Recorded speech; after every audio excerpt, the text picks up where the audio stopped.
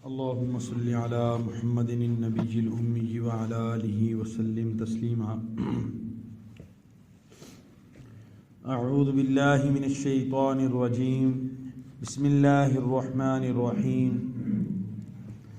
الذين آتيناهم الكتاب يعرفونه كما يعرفون أبناءهم الذين خسروا أنفسهم فهم لا يؤمنون. ومن أظلم ممن افترى على الله كذبا أو كذب بآياته إنه لا يفلح الظالمون. ترجمہ: وہ لوگ جن کو ہم نے کتاب دی وہ اس کو پہچانتے ہیں جیسے اپنے بیٹوں کو پہچانتے ہیں.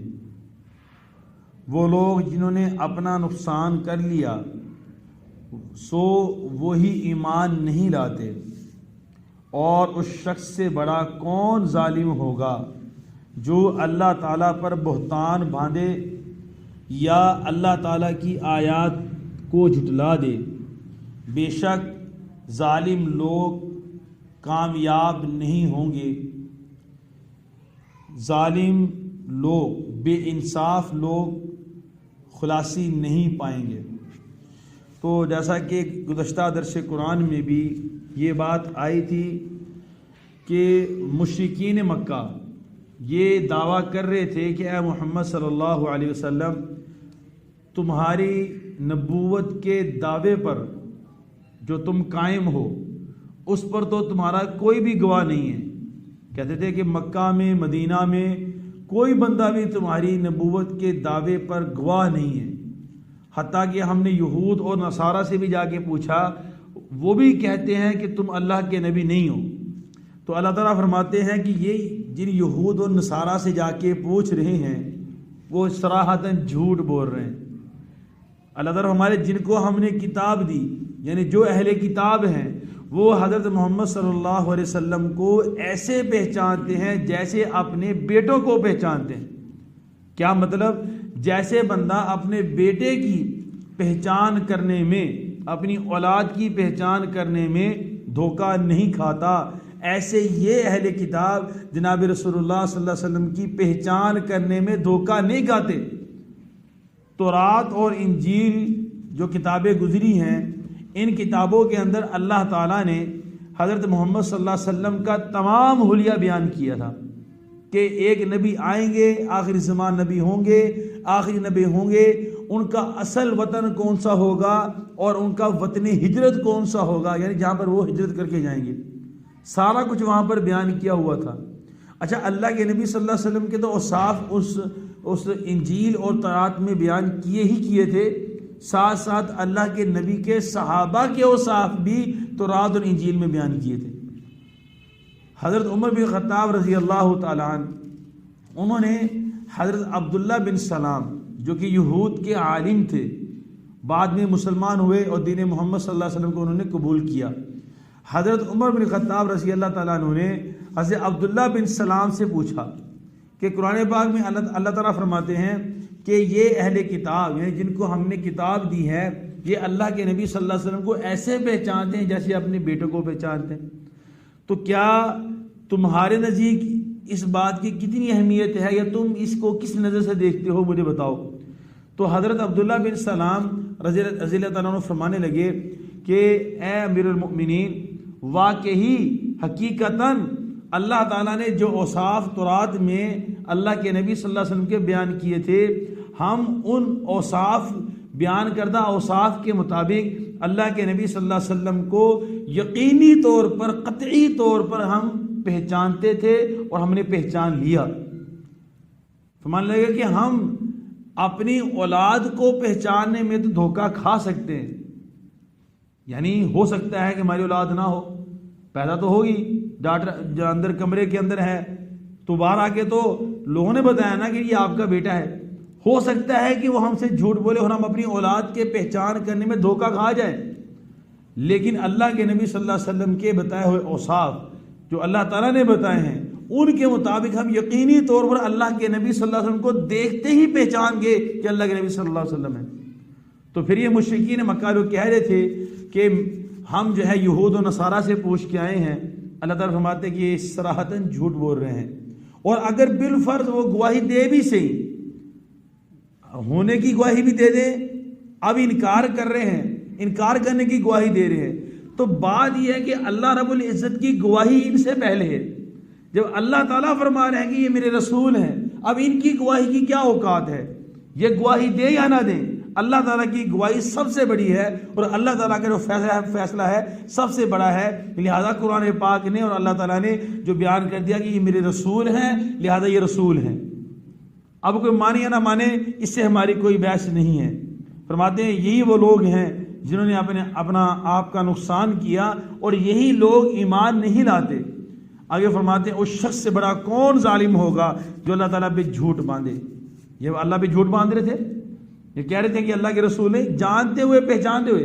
حضرت زید بن سونا رضی اللہ تعالیٰ عنہ، یہ بھی ایک عالم ہے یہود کے، اہل کتاب کے، تو انہوں نے اللہ کے خود ان کا بیان ہے کہ میں نے اللہ کے نبی صلی اللہ علیہ وسلم کو دیکھتے ہی پہچان لیا تھا کہ اللہ کے نبی صلی اللہ علیہ وسلم ہیں، آخری زمان نبی ہیں، یثرب کی طرف ہجرت کرنے والی یہی شخصیت ہے۔ لیکن ایک وصف ایسا تھا اللہ کے نبی صلی اللہ علیہ وسلم کا، تو انہوں نے اس وصف کو پہچاننے کے لیے اللہ کے نبی سے معاملہ کیا۔ وصف کیا تھا کہ اللہ کے نبی صلی اللہ علیہ وسلم کا جو حلم ہے اللہ کے نبی کے غصے پر غالب آ جاتا، یعنی جب بھی اللہ کے نبی کو غصہ آتا تو ایک غصہ آنا بھی ایک صفت ہے بندے کی، اگر ایک حد تک ہو تو ایک حلم بھی بندے کی صفت ہے۔ تو حلم جو ہے اللہ کے نبی کے غصے پر، یعنی برداشت جو ہے اللہ کے نبی کے غصے پر وہ حاوی ہو جاتی تھی۔ تو انہوں نے آ کے اللہ کے نبی سے معاملہ کیا کہ اللہ کے نبی کو قرضے کی ضرورت تھی، تو انہوں نے آ کے عرض کیا، اس وقت یہ یہودی مذہب پر تھے، بھی مسلمان نہیں ہوئے تھے، کہ اللہ کے نبی کو قرضے کی ضرورت تھی، تو انہوں نے کہا میں قرضہ دے دیتا ہوں۔ تو انہوں نے قرضہ دے دیا، اور اس کے بدلے میں جو عوض طے ہوا کہ فلاں مدت کے بعد فلاں مہینے کے اندر آپ کو اس کے بدلے میں اللہ کے نبی فرما رہے ہیں کہ آپ کو فلاں باغ کی کھجوریں دے دی جائیں گی، یعنی آپ کا عوض آپ کو واپس کر دیا جائے گا۔ اب وقت آنے سے کچھ دن پہلے، دو چار دن پہلے جو ہے یہ صحابی جو بعد میں مسلمان ہوئے، حضرت زید، اللہ کے نبی کے پاس چلے گئے۔ اللہ کے نبی صلی اللہ علیہ وسلم دیوار کے ساتھ تشریف فرمائے ہوئے تھے، حضرت عمر بن خطاب رضی اللہ تعالیٰ عنہ بھی وہاں پر کھڑے ہوئے تھے۔ انہوں نے جا کے اللہ کے نبی کا گریبان پکڑ لیا اور کہنے لگے کہ تم جو عبد المطلب کی اولاد ہو بڑی ٹال مٹول کرتی ہو، یعنی اپنے وعدے کے کھڑے نہیں ہو۔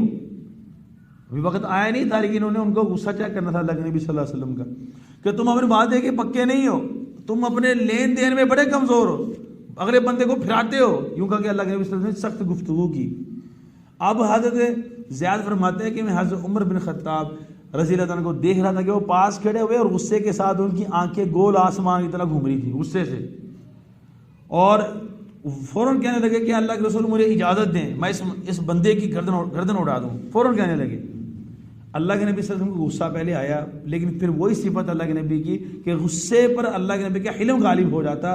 اللہ کے نبی برداشت کیا اور فرمایا کہ عمر، اسے کہا زید بن سونا سے کہ تمہیں اپنا مطالبہ اچھے طریقے سے پیش کرنا چاہیے تھا، جس انداز میں تمہیں اپنا مطالبہ کیا ہے اس طرح تمہیں مطالبہ کرنا نہیں چاہیے تھا۔ اور حضرت عمر سے فرمایا کہ تمہیں اچھے طریقے سے اس کو جواب دینا چاہیے تھا، تو نے جو اس کو دھمکایا ابھی کہ تیری گردن میں اڑا دوں گا، تمہیں اس طرح نہیں کرنا چاہیے تھا۔ پھر حکم دیا کہ اب اس کو لے جاؤ اور بیت المال میں سے جو اس کا حق بنتا ہے وہ بھی اس کو دو، اور مزید کچھ سال اللہ نے بیان کیا کہ تقریباً 10 سال کے 20 سال، فرمایا کہ اس کو مزید تم نے اور دینے ہیں، جو تم نے اس کو دھمکایا ہے اس کے بدلہ اس کو دو۔ اب حضرت عمر جو ہے حضرت زیاد کو لے کے جا رہے ہیں اور اس کو کہنے لگے کہ تو یہود کا عالم ہے، تو کم از کم محسب گفتگو کرتا، تو نے اتنی بدتمیزی کا معاملہ کیوں کیا؟ تو زیاد فرمانے لگے کہ بھائی میں سیدھی سی بات ہے اللہ کے نبی کی بدتمیزی کرنے کے لیے حاضر نہیں ہوا تھا یہاں پر کہ اللہ کے نبی کی توہین کروں یا ان کی عزت میں کمی کروں۔ میں تو صرف جو تورات میں وصف پڑا ہوا تھا اس وصف کو دیکھنے کے لیے اللہ کے نبی سے یہ معاملہ کیا تھا۔ اب میں اپنا مال لینے کے لیے نہیں آیا، میں تو مسلمان ہونے کے لیے آیا ہوں۔ اس انداز میں اللہ کے نبی صلی اللہ علیہ وسلم کو وہ پہچانتے تھے، لیکن ضد اور اناد کی وجہ سے ان بیوقوفوں نے اللہ کے نبی صلی اللہ علیہ وسلم کو ٹھکرا دیا، نعوذ باللہ۔ اور ٹھکرا کے کون سا انہوں نے اللہ کے نبی کا کوئی نقصان کر دیا یا اسلام کا کوئی نقصان کر دیا یا اللہ تعالیٰ کا کوئی نقصان کر دیا؟ اللہ تعالیٰ ہمارے انہوں نے اپنا ہی نقصان کیا، اور یہ تب بھی ایمان لے کر نہیں ہے۔ اور یہ جو اللہ تعالیٰ کو چھوڑ کے کہیں اور جا رہے ہیں اور اللہ کی طرف یہ باتیں منسوب کر رہے ہیں کہ ہم اس کو نہیں جانتے. یعنی اللہ تعالیٰ نے صراط الحکم دیا تھا نا, تو صراط الحکم دینے کے بعد یوں کہتے ہیں کہ ہم اس نبی کو پہچانتے ہیں, یہ کہہ رہے ہیں ہم نہیں پہچانتے. گویا کہ اللہ تعالیٰ نے ان کو حکم دیا ہے کہ نبی نہیں ہے.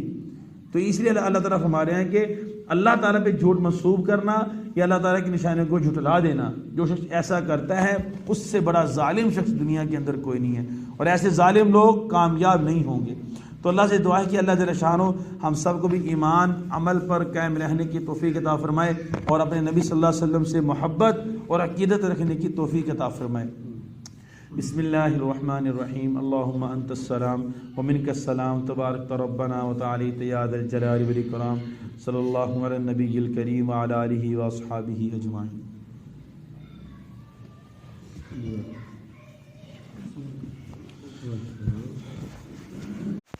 اللہم صلی علی محمد النبی الأمی وعلی آلہ وسلم تسلیما.